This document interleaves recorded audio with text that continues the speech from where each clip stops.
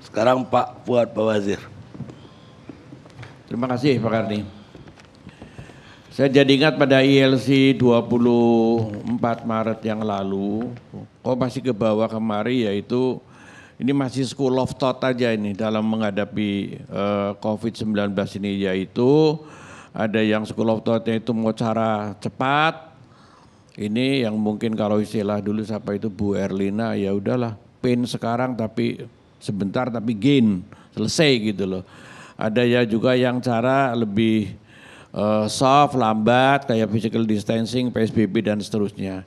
Tapi saya rasa di pemerintah itu memang lebih banyak arus kuatnya yang ke urusan pengamanan ekonomi. Sehingga yang benar-benar ke concernnya fokus ke pencegahan wabah itu saya kira lebih banyak kepada tenaga-tenaga medis, gubernur yang takut kepada rakyatnya, sama ya seperti pengamat sosial model Pak Agus Pambagio tadi, ya kan. Makanya ketika pemerintah menerbitkan paket stimulus tadi, saya lebih menyebutnya itu ya paket stimulus ekonomi dan kesehatan, karena lebih banyak untuk ekonomi daripada alokasi untuk kesehatan, yaitu karena memang school of thought-nya gitu. Kedua ini saya juga sekali lagi mengingatkan ulang lagi, seperti yang tadi disampaikan Pak Rizal juga ya, jangan otoritas fiskal dan moneter itu, jangan sementara ini jangan terlalu banyak main di pasar uang dan pasar modal untuk jagain kurs atau indeks saham. Karena ini masih amat bergolak dan arusnya itu sangat global, sangat kuat, sehingga tidak akan mampu juga untuk mengatasi, tapi ngabisin duit kayak BI saya kira udah habis duit berapa, 350 triliun, kursnya begini-begini juga. Seperti kejadian 97, BI menggelontarkan belasan miliar US dollar, kursnya jeblok juga, nggak kuat juga gitu loh. Nah, jadi jangan terulang. Nah, jadi kita ini sekarang ini sebetulnya melihat ada 3 tahapan, saya sampaikan singkat. Yang pertama, sebelum ada virus corona ini, seperti tadi disampaikan ya, bahwa ekonomi kita memang sudah terseok, sudah kurang sehat gitu kan. Hingga triwulan terakhir 2019 juga sudah melemah pertumbuhannya dan seterusnya itu kan. Nah, masa COVID kita pertama merespon agak salah, ya bukan agak salah, emang salah. Pakai genjot pariwisata, lucu-lucuan gitu kan, jadi bahan olok-olok lah terus terang aja itu kan. Ada macam-macam buzzernya, ada walhasil lagi musim begini kok mau mendatangin wisatawan.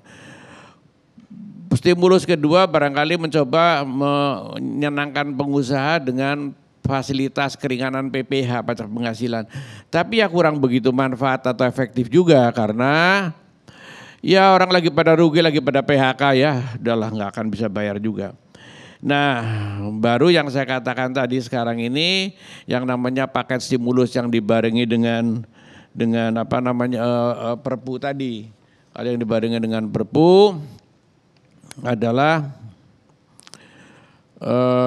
ada paket yang dikatakan 405 triliun tadi, ya.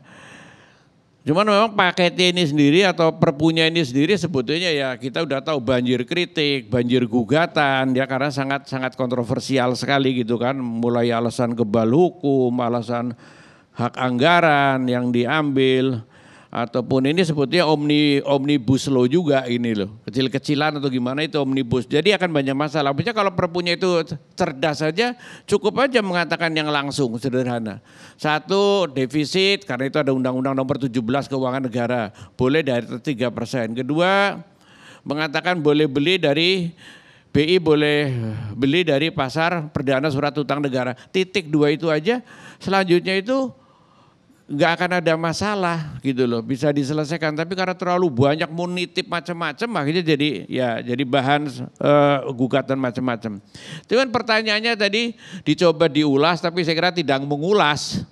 Ya Pak Justinus itu, apakah betul tambahan anggaran belanja itu 405?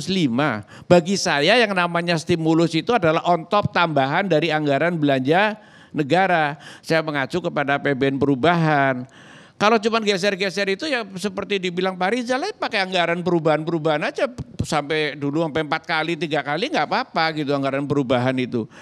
Karena tambahan anggaran belanjanya sendiri ini konting, nggak bisa dibantah angka gitu loh. Jadi nggak bisa diceritain, nggak bisa. Angkanya itu jelas anggaran belanja pemerintah pusat itu naiknya 167,6 triliun, tapi sekaligus juga mengurangi anggaran transfer ke daerah dan desa 94,2 triliun, sehingga saya katakan kenaikan belanja net hanya 973,4 triliun. Ya itulah sebetulnya disebut kalau stimulus dalam artian yang on top tambahan anggaran belanja cuman itu 73 bukan 405. Lainnya itu memang dari geser-menggeser itu. Jadi ini angka konting. Nah, orang menanyakannya adalah loh, kalau cuma netnya naik 73,4 triliun, ya, yang lainnya itu hasil daripada pindahin gitu. Jadi bukan stimulus dalam arti mau sebagai komponen dari PDB, government itu, bukan.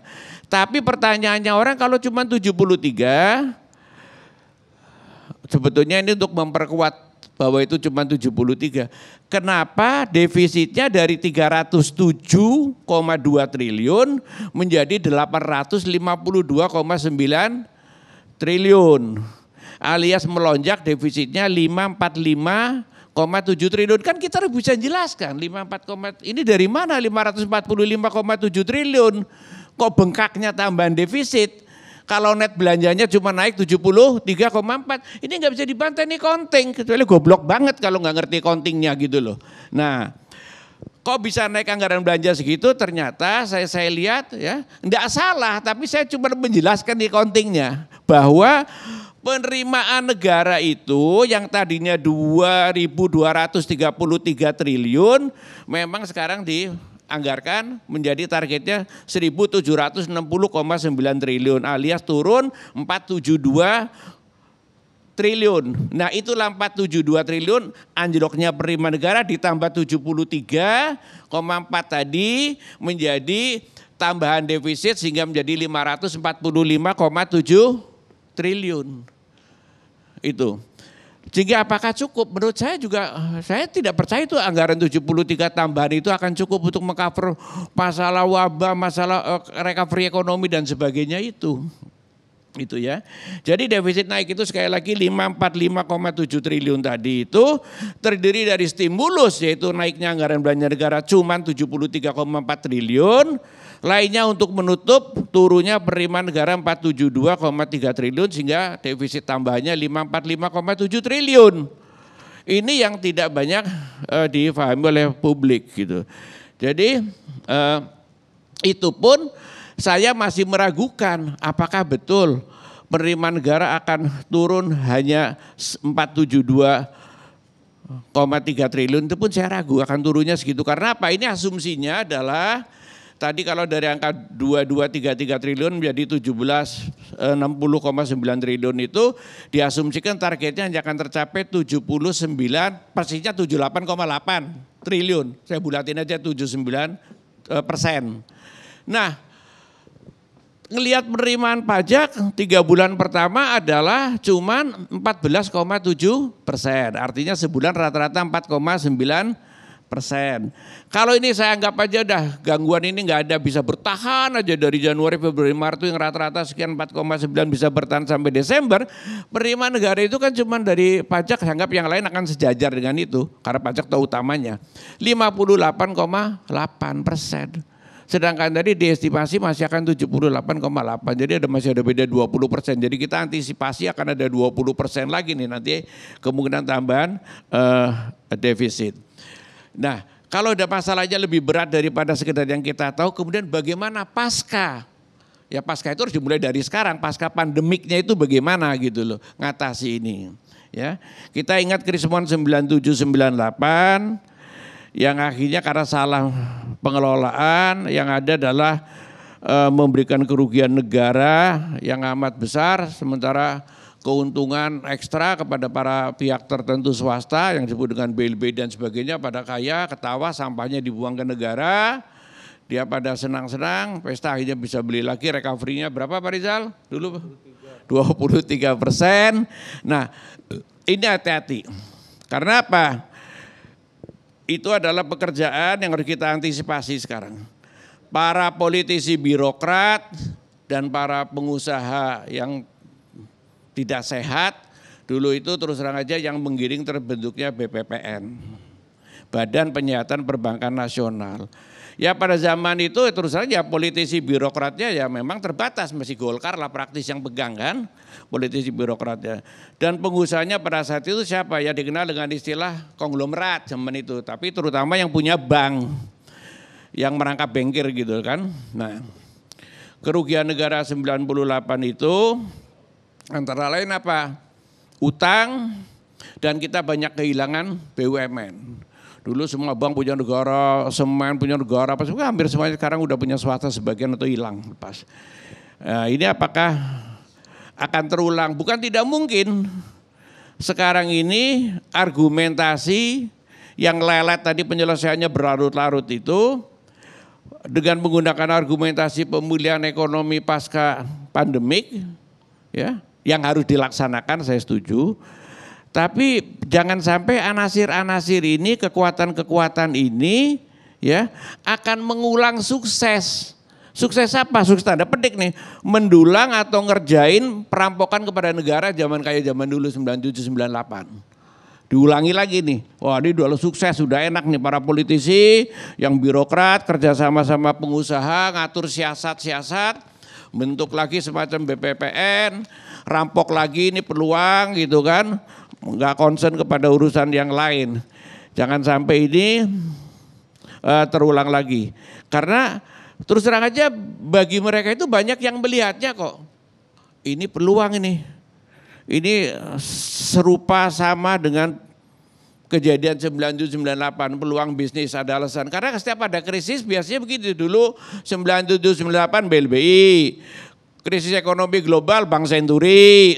Nah ini apa lagi ini kelompok-kelompok yang keruk negara ini kan udah pada siap nih. Nah ini harus diwaspadai betul. Karena apa? Ke depan itu justru kita mengharapkan betul jangan bermain di lembaga ad hoc, ya. Kayak BPPN dulu, tapi kabinet ini harus kompak, lebih koordinatif, supaya semua berperan lah dengan apa fungsinya yang maksimal. Dengan dirjen tunggalnya ya presiden adalah dirjen tunggal. Karena jujur saja sekarang kan jadi apa ya, sekarang ini seperti orang kok yang berperan kok terbatas betul, sampai ada istilah kok yang berperan kayaknya cuman Pak Luhut, Ibu Sri Mulyani, Pak Menko Erlangga gitu kan, kayak yang berperan rasanya seperti itu dalam menghadapi situasi sulit ini, sehingga sering disebut apa istilahnya orang bisik-bisik, ini kayak kabinet kaki tiga gitu kan, mentiga yang bermain, yang lain itu kemana gitu loh. Mesti ini juga harus menjadi perhatian pemerintah. Jadi kesimpulan saya, solusi dan syaratnya recovery adalah pemerintah itu harus betul kerja lebih mumpuni, lebih jujur, bebas dari semangat KKN. Kalau dua syarat-syarat ini dipenuhi, ya, yaitu mumpuni, yang berbau amis-amis, bau KKN itu hilang. Dari sekarang ini jangan sampai ada lagi, sudah kemarin kejadian ini itu sudah harus dihabisin. Ini bisa diatasi, yakin betul semua diatasi. Karena kalau pemerintah itu kuasa, pemerintah itu kuat dan bisa ngatasi, tidak ada yang sulit. Nah, ini saya katakan, saya berani ngomong tidak begitu sulit lah. Kalau nggak mau tidak sulit. Kalau tidak punya kepentingan, tidak ada konflik, apa saja. Saya waktu ditanya misalnya sebagai penutup, Pak itu kebakaran hutan dari waktu ke waktu nggak bisa diatasi. Alah gampang kalau kita pemerintah serius, tapi jangan ada kepentingan. Gimana Pak caranya misalnya? Kalau lahan kebakaran langsung kita ambil sita punya negara, nggak akan ada yang kebakaran. Kan gampang contohnya, tapi kan nggak bisa begitu. Karena apa? Karena banyak kepentingan, contoh-contoh kayak gitu. Jadi penguasa itu bisa asal lempeng, jujur, mumpuni, insya Allah bisa. Nah, pandemik ini pun bisa diatasi, tapi jangan ada akal-akalan lagi. Sekian, terima kasih. Hai, terima kasih. Pemirsa, selesai sudah diskusi corona setelah wabah, krisis mengancam. Tapi kata Pak Yusuf Kalla tadi, krisis bukan mengancam tapi sudah terjadi. Dan memang itu juga diakui oleh sebuah pembicara yang ada. Bahkan di kalangan bawah, krisisnya bukan terjadi, tapi sudah sangat dalam. Pemirsa, apapun juga pilihan yang dihadapi pemerintah, sebagai rakyat kita cuma berharap bahwa yang menjadi fokus dan prioritas utama tetaplah keselamatan warga. Dalam hal ini adalah jiwa manusia. Saya ingin mengulang kembali pidato Presiden Ghana 20 Maret yang lalu, Nana Akufo-Addo. Dia mengatakan, kita selama 3 tahun telah mendemonstrasikan bagaimana kita menghidupkan ekonomi kembali dari yang semula 3%, 3,4%, kita bisa tingkatkan jadi 7%. Tapi kita tidak bisa menghidupkan manusia kembali. Dan pidatonya menjadikan Nana Akufo-Addo jadi terkenal di dunia. Pidatonya di depan kadinnya Ghana. Kita juga berharap pemerintah kita dalam situasi yang dilema ini tetap menomorsatukan nyawa warganya. Kita ketemu ALC yang akan datang.